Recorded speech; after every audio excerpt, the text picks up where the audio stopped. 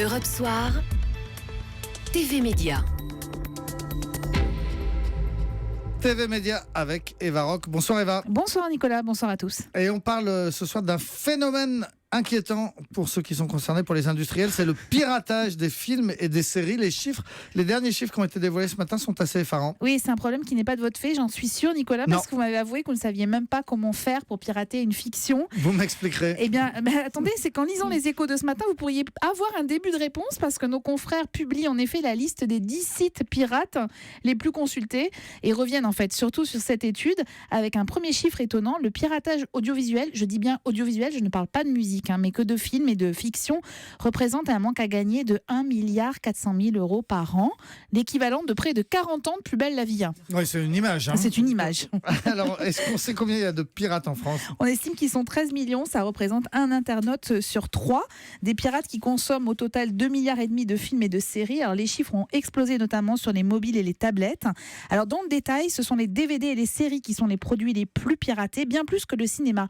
Parce qu'en fait, les spectateurs aiment encore se plonger dans l'obscurité d'une salle et profiter d'un grand écran pour regarder un long métrage. Alors, en revanche, les DVD et les séries attirent et attisent le piratage. Alors résultat, quand on regarde précisément le manque à gagner, on s'aperçoit par exemple que cela représente 430 millions de pertes pour l'État, mais surtout, si ce secteur touchait cet argent, cela pourrait générer au bas mot, dixit cette étude, bien évidemment, 2000 emplois directs. Alors, l'industrie de la culture survit à ce piratage, mais en fait, ça la prive quand même de rentrées d'argent qui sont indispensables à la création. Alors, ce sont les séries qui sont le plus piratées, et parmi les séries, lesquelles ?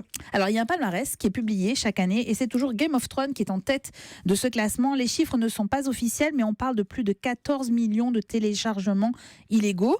Ensuite, on va retrouver The Walking Dead, Westworld, The Flash, Arrow, The Big Bang Theory. Ce sont des séries qui sont peu achetées par les chaînes gratuites françaises, en partie à cause de ce piratage, car le public est tellement friand de ce type de fiction, il n'a pas du tout la patience d'attendre la diffusion en France. Il faut tous les épisodes tout de suite, alors on télécharge illégalement.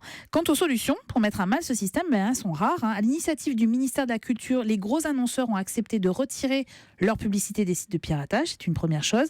Et puis depuis l'automne 2015, les paiements via Visa Card ou Mastercard sur ces sites illégaux sont parfois bloqués. Sincèrement, je pense que c'est surtout une question d'éducation et d'information, mais ça, c'est un autre débat. Qu'est-ce qu'on regarde à la télé ce soir ? Imaginez une tablée entre amis, du vin, la mer pas loin, et puis cette petite musique signée Yodelis. Something just flicked in your eyes.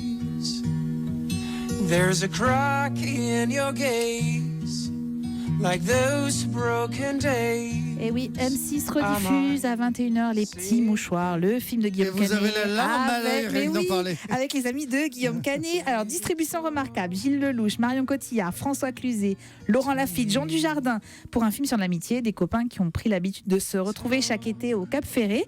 Oui, Nicolas, c'est plein de bons sentiments, mais on s'en fiche. Ça fait du bien, puis ça fait souffler un air de vacances sur notre soirée. Je trouve ça très bien. Et c'est sur M6 à 21h. Merci Eva Rock.